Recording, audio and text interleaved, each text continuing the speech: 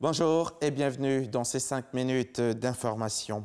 Depuis la disparition du Premier ministre Amadou Gon Coulibaly le 8 juillet dernier, le secteur privé de Côte d'Ivoire est inconsolable. Pour eux, c'est un allié de poids qui est parti, un allié sûr, un allié compétent, rigoureux et travailleur. Vous allez le voir dans le 13h, les opérateurs économiques témoignent de la gratitude, de la reconnaissance à celui qui a toujours été à leur écoute. En attendant, je vous amène à Korogo, à un peu moins de 600 km au nord d'Abidjan. Korogo, la terre natale d'Amadou Gon Coulibaly. Korogo, la terre qui accueillera la dépouille d'Amadou Gon Coulibaly.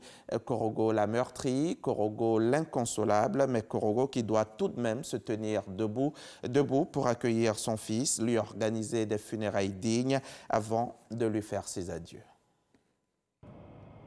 Les préparatifs des obsèques du Premier ministre Amadou Gon Coulibaly vont bon train à Korogo. Dans la capitale du Poro, une délégation de la présidence accompagnée des autorités administratives et politiques de la région s'imprègne de l'avancée des travaux de réhabilitation des différents sites qui abriteront les cérémonies funèbres du Premier ministre Amadou Gon Coulibaly. Surtout pour s'imprégner de l'existant et apporter des solutions pour le bon déroulement des obsèques du fils du Poro. L'aéroport de Korogo qui accueillera la dépouille mortelle, le stade municipal qui abritera les cérémonies d'hommage des populations, la veillée religieuse du jeudi, les cérémonies du 3e et 7e jour du vendredi, ainsi que la grande mosquée où aura lieu la prière mortuaire le vendredi. Tous ces endroits ont été visités par la délégation.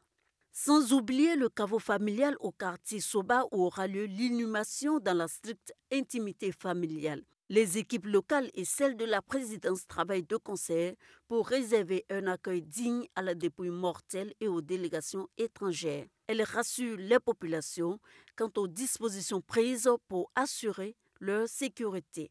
Contexte de la COVID-19 oblige, tout sera également mis en œuvre pour le respect des mesures barrières. Le port des masques est obligatoire pour avoir accès aux différents sites funéraires. Vendredi, une 3e mobilisation contre le président Ibeka a eu lieu à Bamako, alors que le mouvement M5 avait appelé à la désobéissance civile. Des barricades ont été érigées et des bâtiments publics saccagés. Les heurts ont fait 4 morts et des dizaines de blessés. Plusieurs leaders de la contestation ont été arrêtés. Dans une tentative d'apaisement, le président a annoncé hier soir une dissolution de fait de la Cour constitutionnelle. Des milliers de personnes se sont rassemblées hier samedi 11 juillet sur la place Rabin à Tel Aviv en Israël pour protester contre la gestion de la pandémie de Covid-19 par le gouvernement israélien et de ses conséquences. La manifestation a été organisée par des groupes de travailleurs indépendants, de petites entreprises, mais aussi d'artistes se sentant abandonnés par le gouvernement après la fermeture forcée de leurs commerces et des lieux publics pendant la pandémie. Après plus de 2 mois de confinement strict pendant l'épidémie de coronavirus, les habitants de Wuhan, en Chine, pensaient avoir vécu l'un des épisodes les plus traumatisants de leur existence. C'était sans compter sur les pluies torrentielles qui s'abattent depuis fin mai dans la mégapole. Les inondations continuent de sévir dans le sud de la Chine en cette saison des pluies. Des crues exceptionnelles ont déjà provoqué la mort de plus de 140 personnes, sans compter les disparitions.